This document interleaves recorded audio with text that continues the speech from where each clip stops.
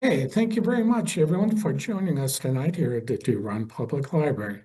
It is a great thrill to be talking with Team Deakins, Roger and James Deakins, about Roger's new book, Reflections on Cinematography. Just a quick couple things before we get started. The format for tonight is we'll aim to talk with Roger and James for about 15 minutes or so. And then there'll be 20 minutes of 15, 20 minutes of Q&A afterwards. And just wanted to give you a highlight. I'll be talking with Rick Atkinson. He's appearing in the new Ken Burns film about the American Revolution next week, next Tuesday. So just to jump on our website, dearonelibrary.org, and register for a place. Okay, well, Sir Roger Deakins is recipient of numerous accolades. He's including 2 Academy Awards for his cinematography, 5 BAFTA Awards for cinematography, and he's collaborated many times with directors such as the Coen brothers, Sam Mendes, and Denis Villeneuve. His most famous films are The Shawshank Redemption, or some of his famous films are Shawshank Redemption, Fargo, or Murder Art Thou, A Beautiful Mind, Skyfall, Blade Runner 2049, and 1917. And then James Deakins, she began her film work as a film lab technician at the Duart Film Laboratories. Then he became a script supervisor in production. Once she met and got together with Roger Deakins, she's now what I understand was a collaborative partner in his work. So please welcome Roger and James Deakins. So I love your podcast. I Thank love you. Yeah. I I it is illuminating, it's fascinating, it's just great. And I always when I do my talks here, I tend to ask like you asked the first question, what's your story? I, Mhm. I like I like to ask the people uh, kind of a variation of that. What's your Yeah. story, or why did you picture yourself being a writer and stuff like that? Because you find out you find out how chance if you take a chance in life, how Yeah. those chances, like getting a ride or taking somebody's ride or trying something different, pays off in the end, pays off in miraculous ways. So I guess, what is your story? Well, I guess I agree with what you say, but then not everybody's quite so lucky as I've been. So, I think yeah, you need a lot of luck. I mean, I never imagined getting into the film business. I loved movies when I was a kid. I used to watch watch movies when I was underage. Go and see these different films, but I never imagined getting into the film industry myself. So it was pure chance, really. As much as anything, like I say in the book, it was as much as anything, it was avoiding a 9 to 5 job that led me to go to art college and then led me to go to film school, really. But you always say that it's luck, but part of it is also, for instance, you got offered movies that weren't necessarily what you wanted to do, and you had the strength to say no, even though you needed the money. So, I mean, Yeah, it's a combination. You got to judge your choices, and if something comes along, I mean, there was a number of things that other people had turned down, especially when I was shooting documentary. And I thought, well, it's a chance. So yeah, you kind of you got to be open to those opportunities, I think, and then dive in when you can. Like I shot this documentary on a yacht in the round the world race, and now a lot of people didn't want to go on that because it was like a 9 months voyage basically on a yacht. Most of the time you're just looking at blue. But I saw it as an opportunity and something I couldn't turn down. I think if I'd have turned it down, I'd have regretted that for the rest of my life. So, you know, you when an opportunity comes, you sort of go for it. That's the thing. Well, I like to live, I try to live life by, you lose all the shots you don't take in life. Yeah. Just, so what, I loved your book because I could relate to it in personal ways. I'm not great with strangers. I'm kind of introvert, and I like to pursue solitary things like reading a book. Yeah. Uh, Yeah. Me too. my wife has noticed how I smile when I'm reading a book. Yeah. Yeah. Yeah. Yeah. And also, Yeah, that's really interesting. I think that's my Like that. greatest pleasure, actually. I mean, Yeah, true. yeah, and and also professionally because I love movies. I had a hard time making friends as a kid, and I just sort of cottoned to movies and yeah. live and then have enjoyed it and tried to understand it, and just it's been great. Uh, were there, what were the reasons in writing it?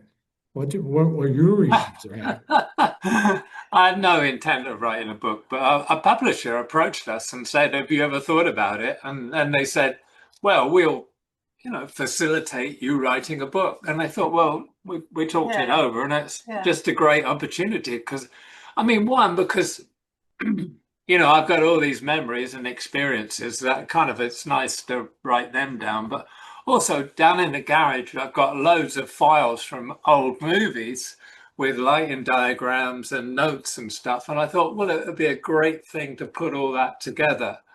And you know, if students or anybody else that's interested in film is interested in seeing it, there it will be, you know. So, so the book's kind of a mixed kind of thing, really. It's my kind of like memories and sort of anecdotes, but it's also, yeah, seriously about how you approach being a cinematographer and the pitfalls. And I think that when we first started working on it, they might have had a slightly different idea of what the book Yeah. would be.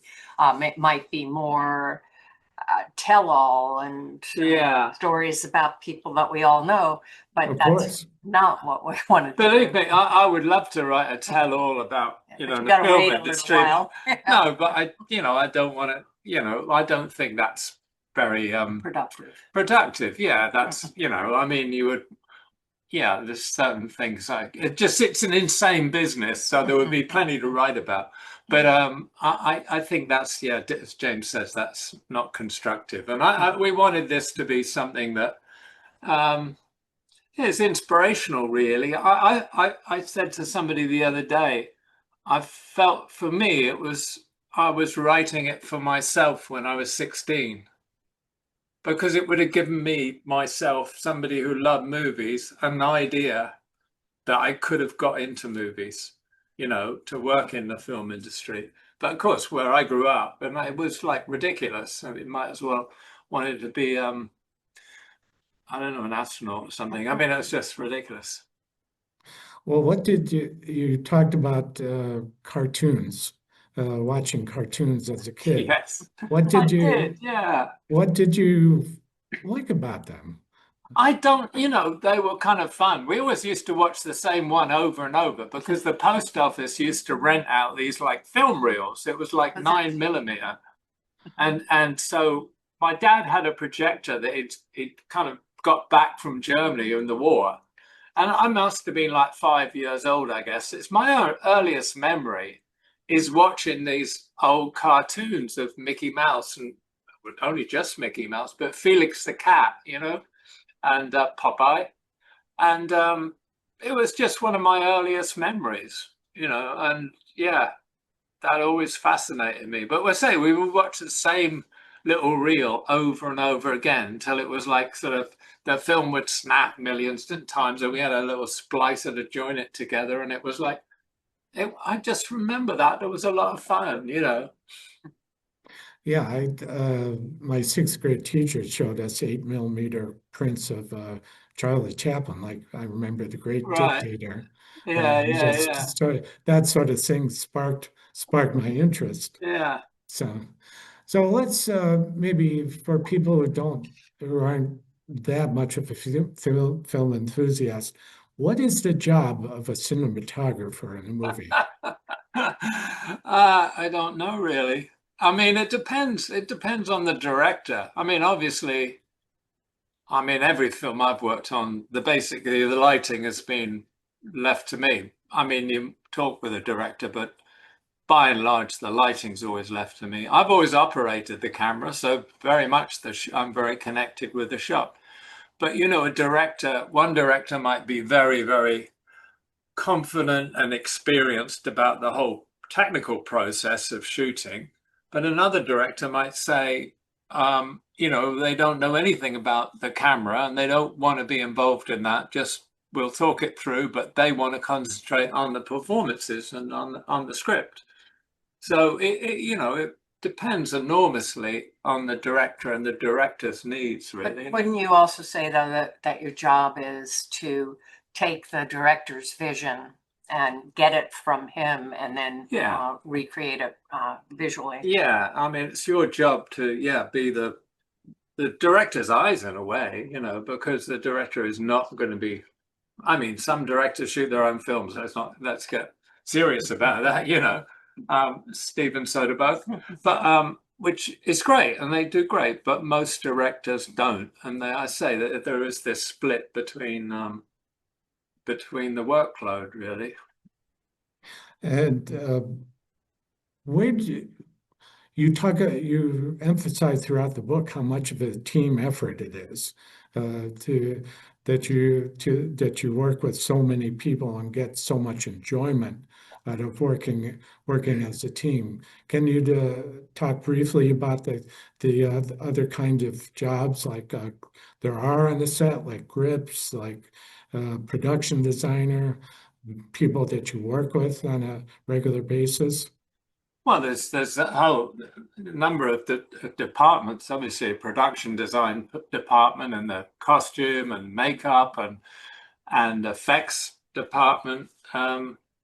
But the cinematographer's got departments working kind of under him as well, which is the electrical department, which they're the technicians that are responsible for all the lighting. And then there's a grip department, and then there's a dolly grip who's responsible to kind of moving the camera along with you, the operator. Um, and sometimes you can be working with over 100 people in your personal area, you know. But you're also working with the production Yeah. designer who's actually creating the physical sets. And so there has to be a lot of communication because Yeah. the DP is often working with the director about what the shots will be, which is very important for the production designer to know about because they could be really working on that corner and that's never going to be, the camera will never be pointing that way. So there's all an interconnectivity between all of the roles on a good movie. People Yeah, which is the joy of really, to me, that's one of the joys of filmmaking is that collaborative nature. And believe me, it doesn't always happen on every film, and there are directors that are not very collaborative, but luckily I haven't had too much to do with them. But no, but as James says, you know, you all need to be kind of working on the same page. So if you're doing a night scene and I'm lighting it with a kind of very warm light, then you know the art department need to know that because of the color of the walls or whatever might be affected. And then also the costume department and the makeup department. So everything has to work in unison, really. So yeah, there's a lot of people that you have to. It's not just you; it's a lot of people. No, a lot of people, yeah. Yeah. So um, Somebody likened it to ideal sort of socialism, Everybody working to the same common goal. Oh, yeah. Mm. Okay. Yeah. Makes sense, doesn't it? Yeah. Um, do cinematographers uh, fr- worry about the frame, work on the frame of the how characters are in the shot, like they, or does the director, or is it like working with the director how characters are placed in the shot? How Well, do again, frame? that's a collaboration, you know. I mean, the cinematographer or the operator, in my case, it's one person. You're always talking to the director about, you know, the framing and the balance of the characters and the objects within a frame. You know, you're talking about the kind of lens length you're going to be on, because obviously if you're on a long lens and you're shooting a mid shot of somebody, then that person has a totally different relationship to the background. And if you were shooting on a wider lens. But also, the cinematographer is always, or the operator is always thinking about composition. And oftentimes the director is focusing on performance. So he's working with the actors, or she is working with the actors to achieve that, while the operator or cinematographer is making sure that the framing, where you put the camera, can tell the story and you don't need dialogue. So it's often much stronger if you're telling the story visually as well as using dialogue. But yeah, I mean, as James says, I mean, really the cinematographer and the operator need to be as involved and as knowledgeable about the script and the kind of the point of the scene and how that's going to be emphasized visually, or how it might be underplayed because of a certain kind of need in the flow of the whole movie. So that you're always working on that with the director. And you know, even when, and a lot of films I've certainly worked on, the film has been storyboarded, you know, like with Denis, we would storyboard on Blade Runner, everything down to very close detail. But on the set, you could always adjust because the actors might do something different, or the whole thing might just be adjusted in the way things are played and the way the set works physically. But it's also important to leave yourself open to on the day inspiration, because it's the first time the actors, the set, the costumes, and everything has been all together. So mentally, you could have thought, oh, yes, well, this would work really well. But then when you see it all together, you should be open to go, oh, wow, wait a minute. Yeah, in the book, I quote Benjamin Franklin, of all people. I don't think he said it about films necessarily, but it's very relevant because he said, failure to prepare is preparing to fail, which I think is really apropos to the film industry, you know. Oh, at the lot in life, everything. Well, yeah, Prepared. relate Yeah. to a lot of things, couldn't it? Yeah. But as James says, you do that preparation and you can be, you know, with Joel and Ethan, they're very, very precise about storyboards, but you can throw them out the window on the day because you know what the essentials are of the scene. Yeah. Yeah, I have a list of questions here. I may not get to everyone, but I feel comfortable in doing it. And I'm not worried about it, so we can talk. Story. Uh, okay, if you're so you like, now the question is about storyboard. Do you kind of prefer storyboard? So you can prepare the shots, or it doesn't really matter? It doesn't really matter because some films you do some storyboards for certain sequences, like we did actually on Shawshank, but other sequences you work it out on the day with the actors. I don't mind. And you know, when I did Jarhead with Sam Mendes, we didn't storyboard anything. We didn't really think about it. We talked about the sets with Dennis, the production designer, but we decided to kind of shoot everything as if we were reacting to in a documentary. So we shot the whole film, basically the whole film handheld, reacting to the scene as it evolved in front of us. So So I like the every different way of doing it. It's quite stimulating when you don't have that kind of safety net of a storyboard. It can be quite thrilling. But it's like, again, it's like shooting a documentary. But on the other hand, it's also nice to have a lot of preparation. I mean, I love the prep period, especially with Denis. I love the time of just spending talking through a film and working out what the visual is going to be. Do you like operating? Why do you like operating the camera? I tried working on a film where I wasn't operating and it didn't go so well. So no, I operate because I come from stills photography. I come from documentary. On our podcast, we often ask cinematographers if they had to give up one thing. There's cinematographers that operate. If they had to give up one thing, would it be lighting or operating? And a number of them say lighting, and I would do that too. I would rather operate if I could only do one. Now, you the question I want to get at your how you come up with your lighting ideas.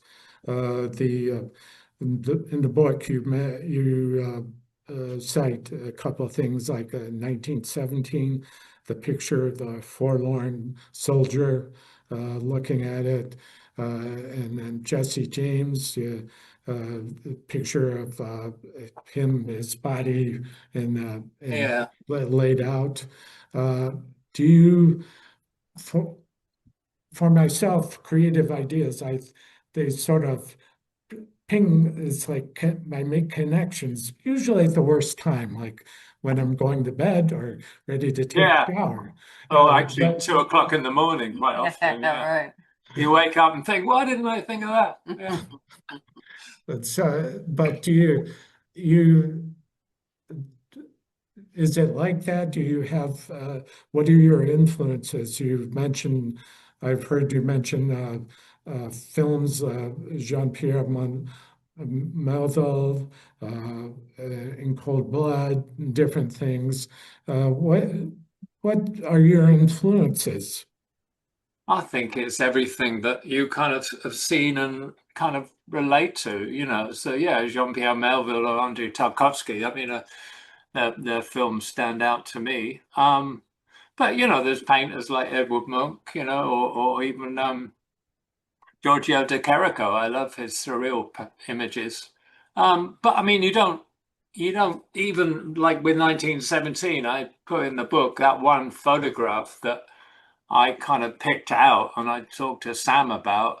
You're not trying to replicate that photograph in any way. It's just a kind of inspiration that you have in your head to the sort of feel of the thing you're trying to achieve. And that's the thing. I think you're a product of all the things you've seen and experienced in the past. You're not. I think it'd be a really, really bad mistake to take a painting or something and say, "I'm going to reproduce this painting for this film. This is the template." I think that would be a big mistake.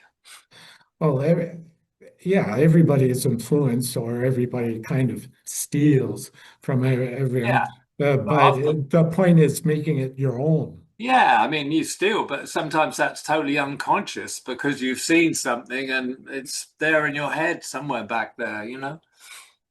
So uh, you worked with Coen Brothers and Denis Villeneuve and Sam Mendes on quite a number of films. Um, are there pluses and minuses to that kind of collaboration? Yeah, I mean, the plus is you sort of learn to trust each other, I guess. Hopefully, anyway. I mean, certainly with Joel and Ethan, I mean, we got to a point where we hardly ever talked. We'd talk in prep and then we'd just get on with it. If we talked, it would be about something totally outside of the film industry. But the plus is that feeling of confidence because the relationship. And especially if you're working with many, many crew members that have been with the same team, that's a real nice thing, really. It's like returning to a family and working with a family.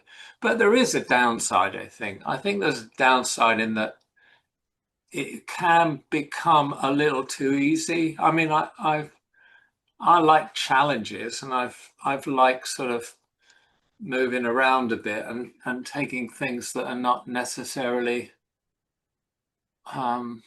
what I would expect to do, what somebody might expect me to do, really. Okay. Uh, let's see. I came across a video of how you worked, went out to the Pixar studios to work with them on animated films. Uh, in that case, Wally. That looked like you had a lot of fun doing the demonstration. Uh, Yeah, I talk about that in the book. I mean, it was very funny because it was like the demonstration was, these animators didn't really know how a cinematographer lit a live action set. So we went along to Pixar and I did this sort of demonstration of what I thought they might be thinking I would like. So I was using like a key light and a backlight and a kicker and a fill and all the rest of it. And it's exactly what I don't do. So I kept it up for about 20 minutes like in this scene, and then I panned the camera around, and there was an electrician just leaning on a kind of work light, and the light was a big bulb, and it was just beautiful. So I panned the camera around and said, that's what I like to do. It's like choose the light, choose the situation, and work from there. I don't. Yeah, that's the way I like, and I think that had an effect on. The animators, anyway, they asked us then to get involved in doing some prep on Wally. Yeah. Now they can program things. It's not like they have a film negative. They program in the lighting and program the things in the computer in order for it to. That's the movie. It's not like handling a film negative. It's a computer negative, right? But it's also in the software, you're putting a light there. You're telling the software there's a light here, there's a light there. So it's similar in that way. Yeah, it's the same, basically the same idea of storytelling, whether it's the image and moving the camera. I mean, basically the camera is obviously a computer image, but you're still moving the camera or cutting from a close-up to a wide shot or whatever. It's the same language, you're just using different tools, and that's what we try to emphasize to them. And when we went to DreamWorks, because most of the work we'd done was at DreamWorks, and especially on How to Train Your Dragon series. I mean, James was very upfront about their software, like she says, the software where you put a light, but how do you create a soft light, and so we tried to get these tools, or at least James did, tried to get the tools adapted to reflect more a kind of live action kind of world. But I mean, the whole thing now, I mean, we did that because we thought it would be really interesting, because obviously there was much more CGI coming into live action filmmaking, so it was obvious that two disciplines were going to connect. It's happened a lot faster than I think we imagined, but now with AI, I mean, it's kind of incredible what can be created. And what you've probably seen in the cinema on TV, that actually wasn't really there. Yeah, that's getting to be concerned. Maybe that's a good time to ask how you note in the book your work on O Brother, Where Art Thou? How you worked for so long on the color correction, and you made a comment. Roger made a comment like, "Oh, this is no more after 12 weeks of work." But but do It you? didn't last long, but Yeah. I guess my question is how it's probably things have changed quite a bit since then. Can you talk about how it's changed? Well, I mean, we took like 11 weeks, didn't we? Wow. About 11 or Oh, 12 yeah. weeks doing Oh Brother. But it was a different system. Yeah, I mean, nowadays you probably do it in a week. Because back then you were putting the negative up and then you were trans, working on it live. In other words, not taking a file into Yeah, a system. So it was, and yeah. then it would crash all the time because Good. there was new days. So you'd lose all the work you were done. Yeah. But I mean, now, yeah, they just scan the negative. If you shoot on Yeah. film, they Then scan the you're working negative on and a then you're different working file. off a file. And the resolution is the resolution. It doesn't change, you know. But back then you had to, as James said, you had to rock and roll the negative, which was very dangerous. You're basically, Well, you get in film and you're trained. Don't touch the negative. Yeah, right. Don't touch the negative. Oh yeah, Be careful of the negative. And then they're putting it on a projector. I mean, this is crazy. For 12 weeks. Yeah. No, It seemed a long very time long. anyway. But yeah, no, it's changed no end. Now, if we were doing things like selecting particular colors in the frame and just adjusting them, particularly the greens, well, now that would be a no-brainer. That's just so easy. I mean, we did a new transfer of A Beautiful Mind the other day, and it was, pick the green's too intense. Okay, you just pick it, and it takes like 3 seconds. well that sounds like it's a common thing now. Oh, no, totally. Yeah. Yeah. Oh, totally. Again, Yeah. you'd be very surprised how much is done to the original image. Yeah, well, I'm kind of colorblind between green and red, so that would be hard. Oh, well, all right. Well, it's probably, hard thing for me probably to a good do. thing watching some movies. Yeah.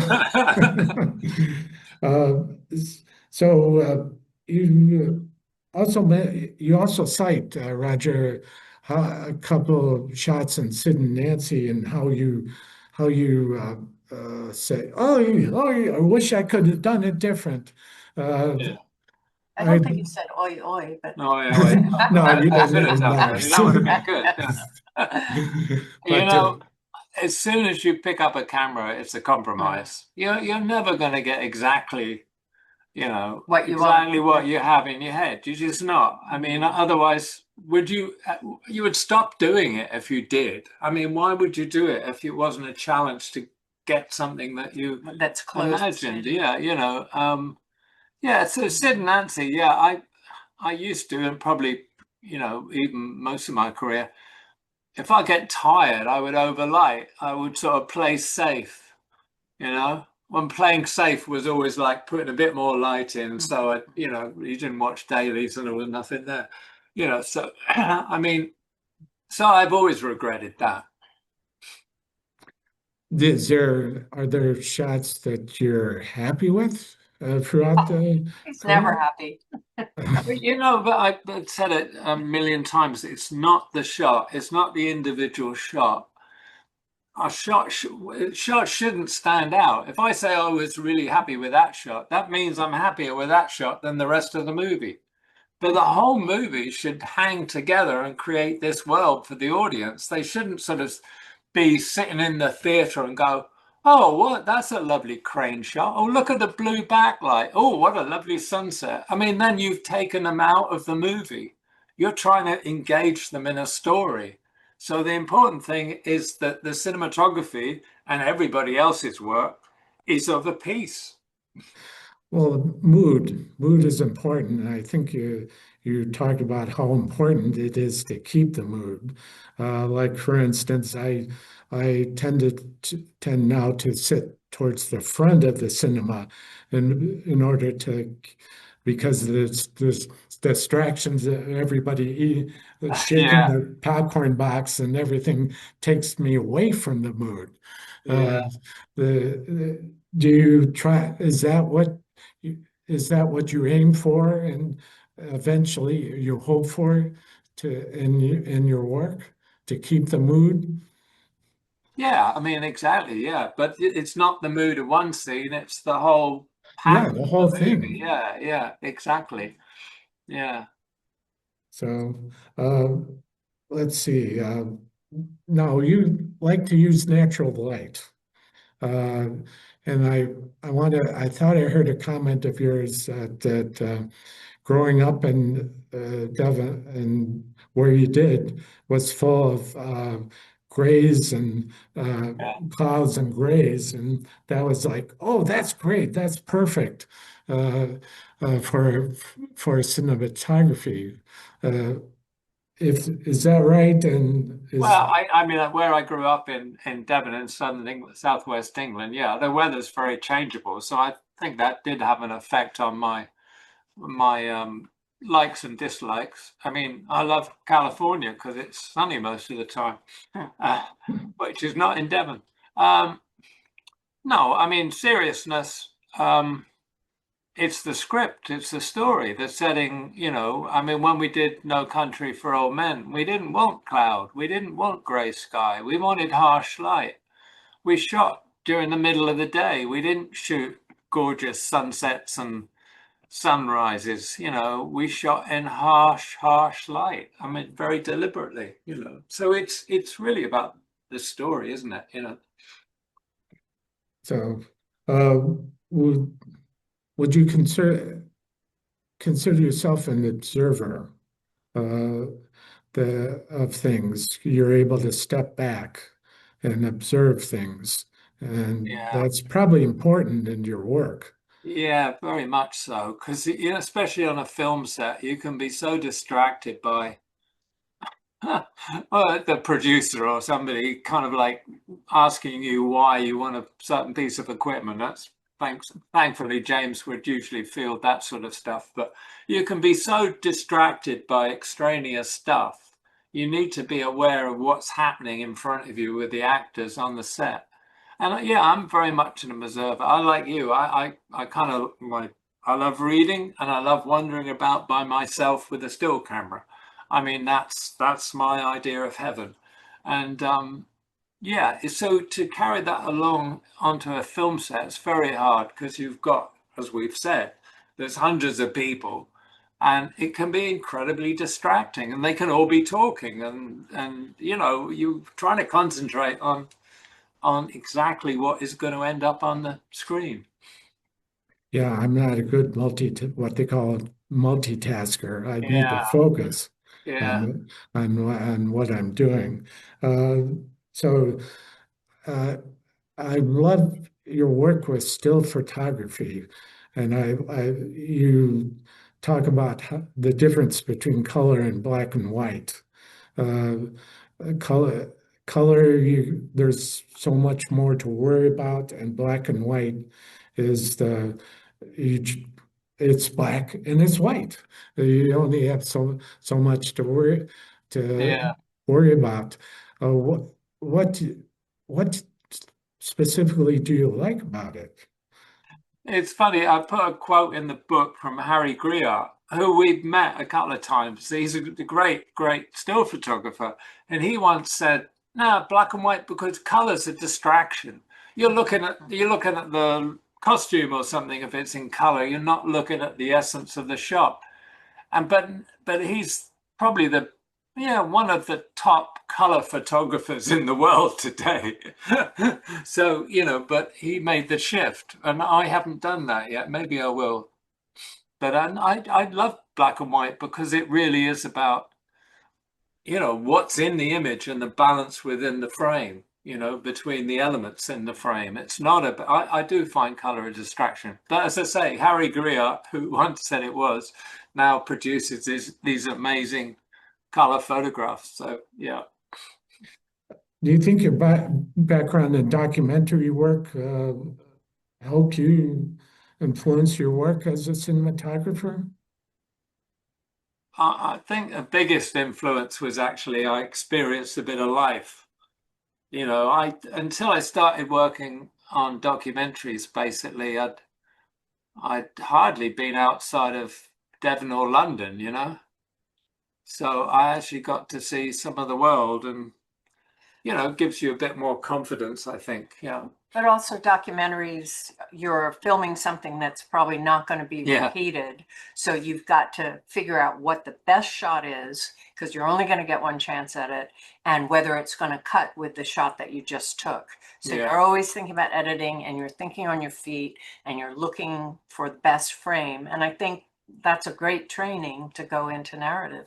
Yeah, I mean, the documentaries that I got experience from most was James says, the sort of verite kind of documentary where you're following a subject. You're not setting the camera on a tripod and figuring out, we have this shot and then we have this voiceover and this interview. I didn't really do much of that. Now, what the films this year, out of the films this year, what, in your view, are great examples of cinematography? No, that's a bad question. I think that's an awkward question because I don't like to I know. point out one person. Oh, okay, I'm outside of sorry. it, no, I mean, I think because I kind of know many of the cinematographers that are working, and it's better not to Go there. say my preferences, but yeah. I mean, there's some wonderful work. I mean, I've got to say, cinematography. I mean, my book is a bit like a history book because a lot of that a lot of those techniques, certainly the techniques we had on 1984, in no way would you do that anymore today. There's so many different techniques, and you can shoot so much more with natural light than you could in the 80s or 90s, even. Yeah, I get it. The library world is small, so you kind of know everybody, and you don't want to step on people. You Yeah. don't point out favorites. Uh, while working together, when you put the book all together, did you kind of look back and see, wow, I didn't know that I did did movies with one theme or another theme, or was it something like you said, Roger, the story that stood out? Yeah, I think what happened was the lockdown of COVID. During that, James and our agent managed to get this book of still photography together. And we did that. We brought that out a few years ago. And that was a reflection on the still photographs I've taken over the years. Not very many, but that was that aspect. And I think that, that time of COVID was a time of reflection for most of us. And that's when the idea of the book came along. It all seemed to sort of fit in, really.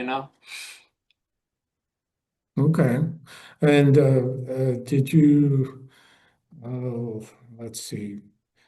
Uh, now, you mentioned Edvard Munch before. Yeah. The I saw your comment in a previous talk about a month ago.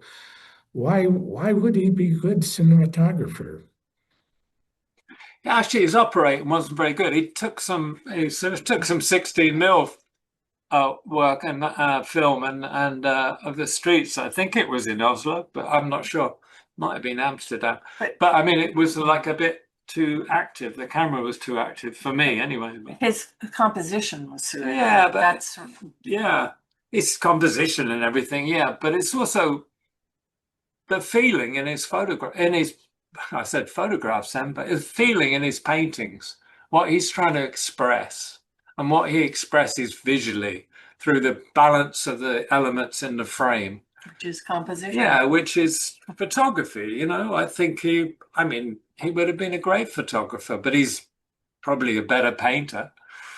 I mean, to me, I idolize him as a painter. I think that is his paint, and I'm not necessarily the Scream. I love the Scream, but his other more reflective images are kind of quite amazing, really. Okay. Now to kind of since there may be students listening, wh- uh, what you probably get asked asked all the time, what kind of advice do you give students, whether they're just simply getting a job in the industry? What is what do you have like a certain advice that you give people? I think it's well, like for me as well. It was like experiencing life. I don't expect to just sort of. Well, I don't know. Well, I it's don't know also, what you can bring to the work if you don't have experience of life, really. it's that and find your eye. Yeah, Just find your eye. go Yeah, around, you've got a phone, take pictures, take videos, and find out what you respond to. yeah. Because it's no good copying someone because it's never going to be as You're never going to strong. do it. No, that's what we It's said strong, before. yeah. Yeah, you're never going to. You're working on a movie. You don't take Caravaggio. Let's make it look like. Well, I would never do that. I know some people do, but I would never do that. I think you've got to find your own sort of yeah way of expressing yourself in images, and just obviously when you're shooting a film, it's a director's choice and everything. But I think that element of your own vision comes into it, whoever's directing. Mm. But the industry is changing so much. I do think you need you need more basis in technology, I think, today than maybe you used to. Even though you can shoot just about everything now, anything and everything with a digital camera, um, I think you need to actually. I do think AI is going to become an important element of filmmaking, and I think that, I mean, effects already are. So I think you need to know about the volume, or how you can work in a three-dimensional virtual space, and how you can integrate that kind of image making into live action image making. It's a very difficult kind of blend, I think, now. Well, I was thinking about animated movie work and then the digital work with color correction. Is that kind of a good career path? Maybe. Yeah, I don't know. I was just thinking ways to maybe directions for students to go to. I think they've got to figure out which path to take. I mean, so many people have kind of gone on to movies on their independent films and just found their way, even if they're driving an actor or they're working as a PA on the set or doing the clapperboard or whatever. They can see the other skill sets that are needed on a film set. And I think to experience that, I mean, a colorist we worked with most recently started in documentaries, but now he's a colorist. He works in, doing DI timing or restoration timing. And he just sort of experienced one way in and found something that he really loves doing. So it's I don't think until you understand more than one aspect of the film industry, you can decide exactly what you want to do. Okay.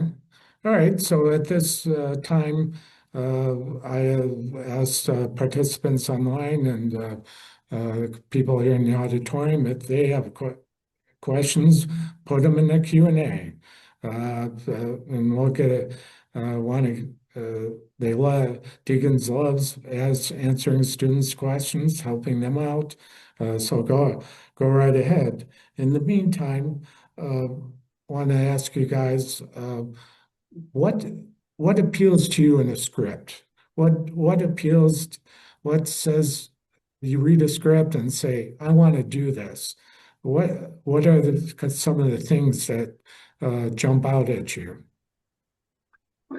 I mean, it's just whether it moves you. Yeah, and characters that you Yeah. feel like you've learned something about a person in throughout the story. That's Yeah, I mean, important. I've never done big sort of science fantasy movies and stuff like that. I just, I just not interested in that. Blade Runner 2049 was actually about, I think, something a little deeper, what it means to be human.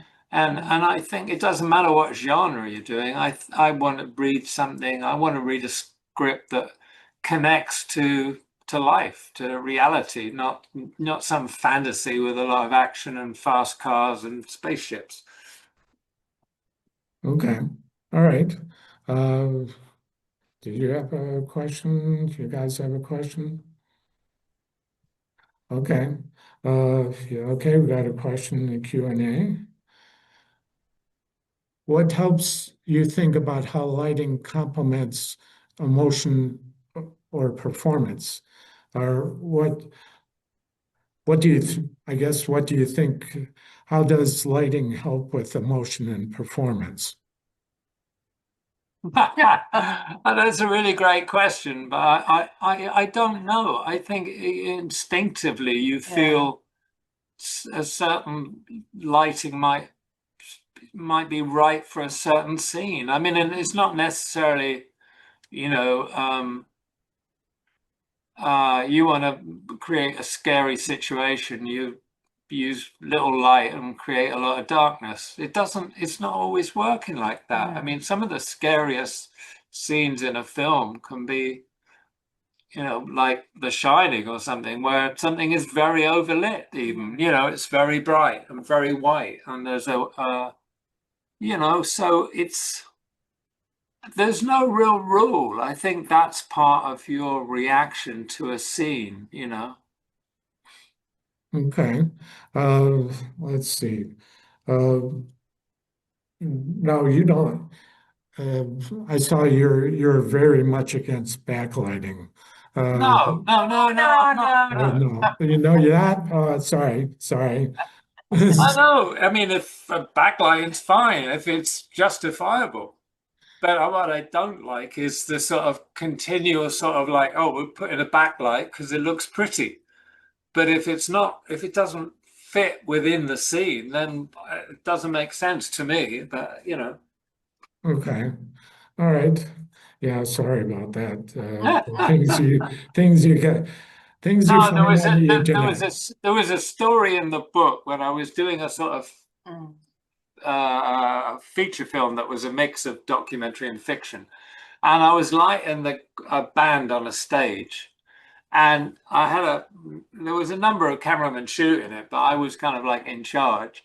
And they were upset because I didn't have any backlight on the shot. And I didn't want any backlight because the whole point of this situation was it was very sort of cheap and down and dirty, and they just had a few front lights. I didn't want a backlight. I didn't want to put smoke in and make it look like some beautiful rock video. So that's where the backlight thing came in. Yeah, in the book you talk about your experiences in working with music videos, and that seemed a little hard because they do it so quickly. Uh, Yeah, like yeah. I think what was it, 24 or 30-hour shoot? Yeah, I mean, I remember doing 24 hours straight or maybe more, and the producer came in with a suitcase full of money and said, "Do you mind working on?" I mean, yeah, I mean, it was kind of crazy, but everyone was young and it was fun. Yeah. Uh, is there anything that I didn't cover that you think people should hear? Uh, that I missed something uh, uh, that it would be good to mention?